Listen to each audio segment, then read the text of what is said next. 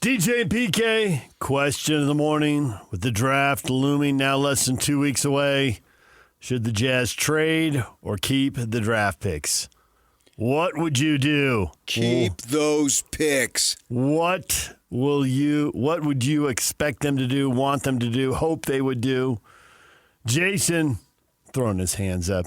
Do you really think it's going to make a difference? Yes, it has to. Yeah. One way or the other. Right. If they miss, the misery continues. Yeah.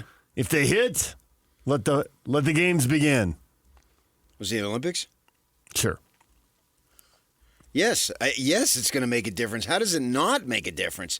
That's the dumbest question posed this week. Jason just sounds like he's frustrated and he thinks it's never going to get better. Oh, Jason. It's all about you all the time. I'm so sick of Jason. Jason.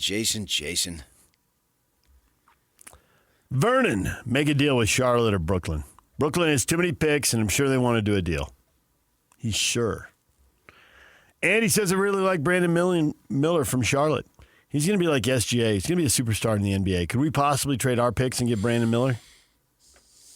You talking to me, or you? That's what he writes. That's his deal. You just think about the last time they had picks that were high as this high, right? I think you have to go back. What was the 11 draft? Probably forget that. I think you went on a month-long vacation or something that year. And you don't have to call up the draft. I've got it. Okay. Okay. It's all right. Well, you phrased it as a question. Not to you, though. Ah. So they had the third pick, and then what was Burks? 12th? And so you look at that draft, right? And Kyrie Irving went 1. And you remember that Derek Williams, he had the hot NCAA tournament. Coming out of Arizona. Right. Minnesota, not so much. Cantor didn't even play because he had some NCAA thing. And back in the days when the NCAA had some teeth. And so he couldn't play. He sat out the year. It was all about one All-Star one All-Star type game in guys Portland. Like play for 7 years in the pros overseas. Sure, come on over. What grade do you want to be? And so they go with him, right? And you had guys like Klay Thompson. Certainly Kawhi Leonard was available. And suppose they draft those guys. That changes everything. You could have drafted Klay Thompson and Leonard. Yes. With the 12th pick. That changes everything, man. Are you kidding me? Klay Thompson went 11th. He could have taken him with the third pick if he wanted. Right. And they took Alec Burks at 12 when Kawhi was going to go 15. Right. So. And so you take him.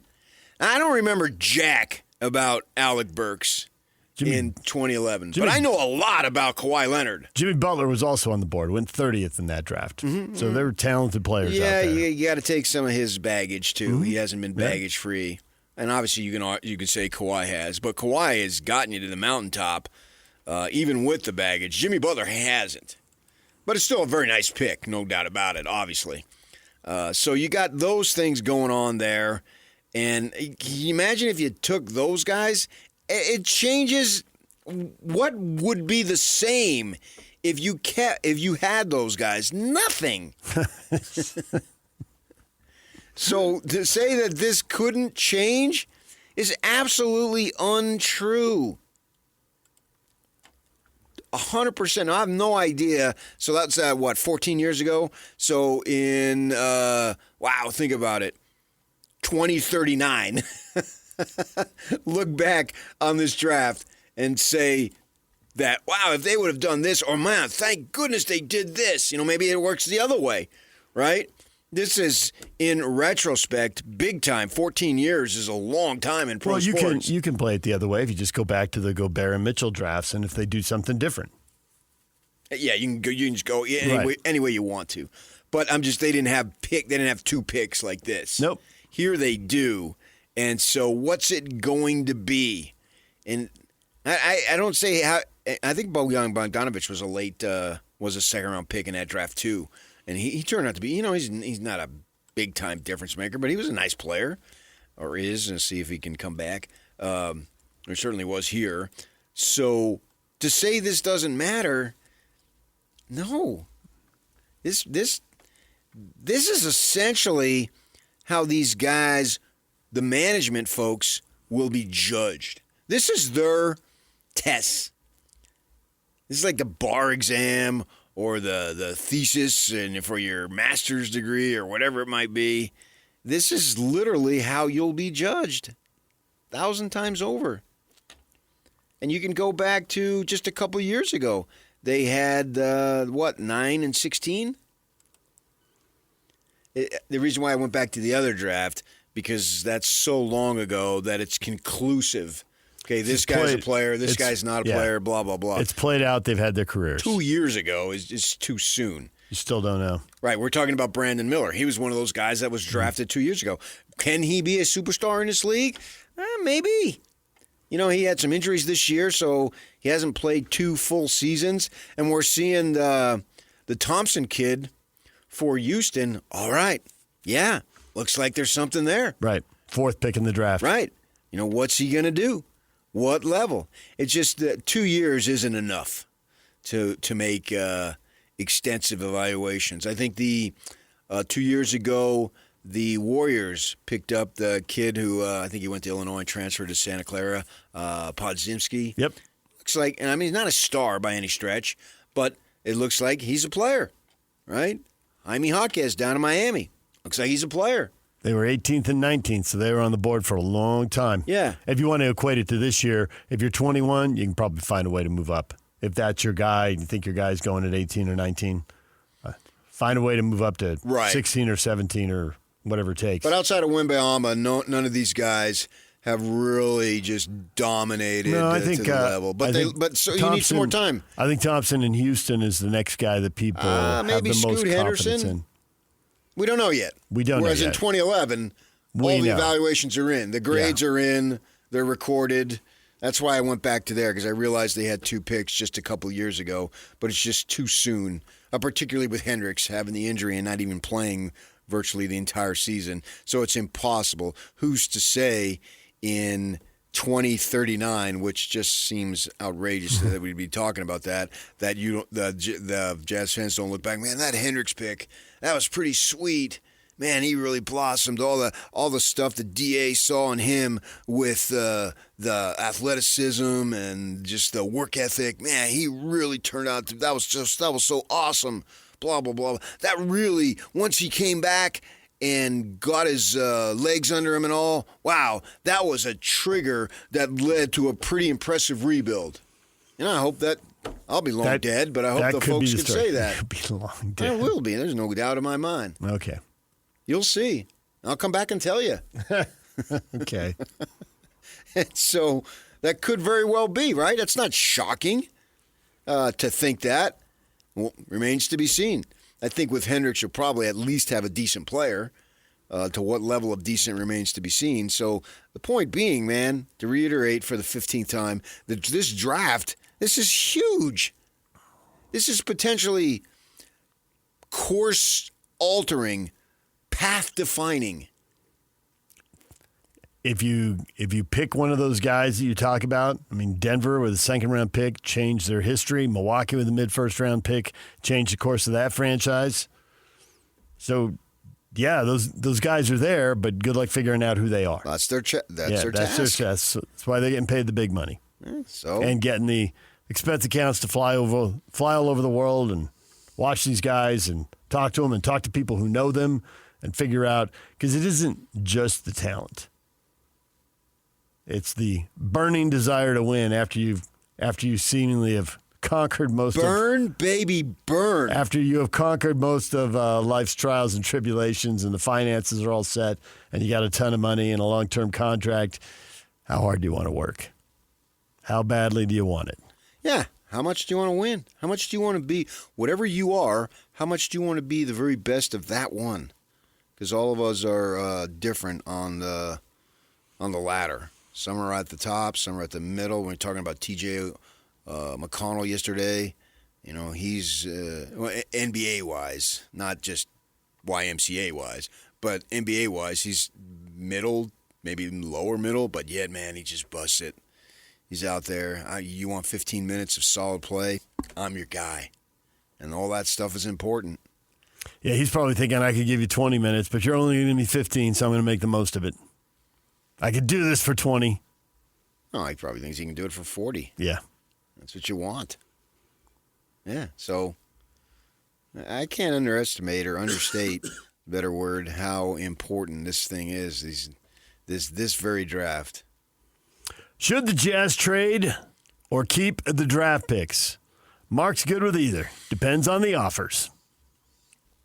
Well, I don't think the offer is going to be such a killer that, wow, that could change it. I think it's going to come through the draft. So I get what he's saying because everything is relative to what you're offered and what you can actually do, but I don't think they can do that much to where they can really make a difference. Because I don't think they have anybody on their roster that possibly outside of Markkanen, but even him, I would say no, because you're not going to just trade a draft pick for a player. It's not the way the system works. So you're going to attach some players or player, and what could you get in return? You know, maybe you can certainly get somebody from some help. I don't think there's any question about that, but I don't know if you can get some big time. And this is your shot. This is the highest pick that this group of folks, this group of management folks has had, and they've got to connect. And we've got to see some development this year too. It can't be a situation where, well, let's wait and see. Basically, they can't draft a Cody Williams.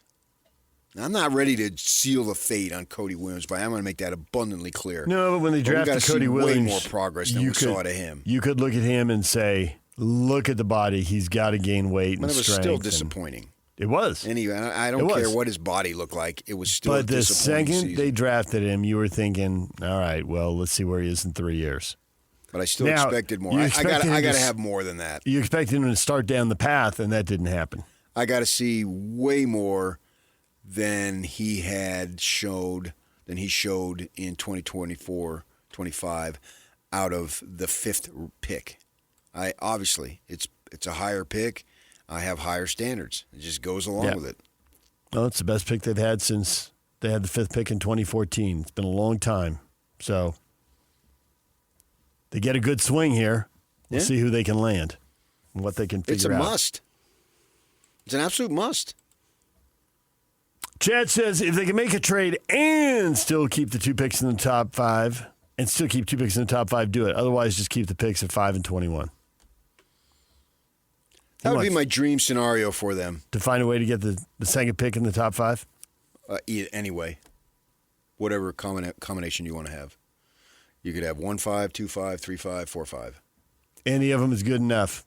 I'd be ecstatic for the Jazz if they could do that, yeah. Teams don't usually trade out of those spots. Understood. But make the phone calls and see what they're thinking. I'd probably land on 6, too. So if I went, say, wow, they got the 5th and 6th pick, I'd say, yeah, that's really good. Because I believe they can get players at that level that can really help them. How many players do you see in that next group? Is it? Everything is 3 to 4. Everything is 3 to 4. Yeah. At 5, I see they can draft 3 to 4. At 6, I can see they can draft 3 to 4. Oh, I see what you're saying. Okay. You don't have a firm like, okay, now it really falls off there. I haven't thought beyond 6. Or 7, because the players that I would have at 6, 3 to 4, they'd be there at 7 and 8. Right? So I guess 2 spots after that. And that's just for what it's worth. That's not like, wow, I'd take that to the bank, man. That's just, man, if they draft 9th, forget it. They're hosed. Because who knows? They don't even know. But you like Edgecombe. Yeah. You like Knipple. Yeah. And people that Trey I respect. Johnson. Oh, I've liked him all along. Yeah. Jeremiah Fears from Oklahoma. That has been an introduction from what I've heard from conversations. And so. Because if that group takes you out to 7. Yeah. Right. Right. That's why I said. Do you want to put Maluch? So I would go at 8. Yeah. Yes. And so the two people that I've come around to after having conversations with people that I respect is Malwatch and Fears. Everybody above them. You're already in on. Yes. Yeah.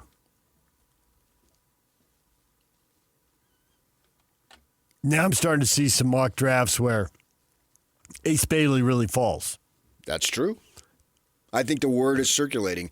It seems like, and it seems like this happens a fair amount. You have some guys that get hot, like we just spoke about Derek Williams. That was the NCAA tournament, man. It really kicked butt, and so people jumped up there. He didn't do anything in the pros. And then on the flip side, there's something that somebody who falls a little bit, and in the end, what does it mean? Okay, you made your decision to not take this guy and take that guy. So now we got him on board, and what do you see? So you don't really know. And then you get out there, and I'm not a big believer, and I know this is going to irritate a lot of BYU fans, that, you hear the cliche, it's got to be the right situation. I don't buy that in basketball.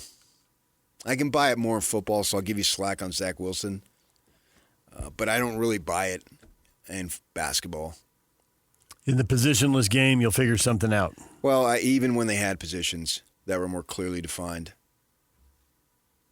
I think if you're good enough, you're good enough, and they'll play you. I mean, you're a history major in the sports sense. Name me someone who was drafted and, that's a bad situation. But then he went somewhere else and really, really kicked butt.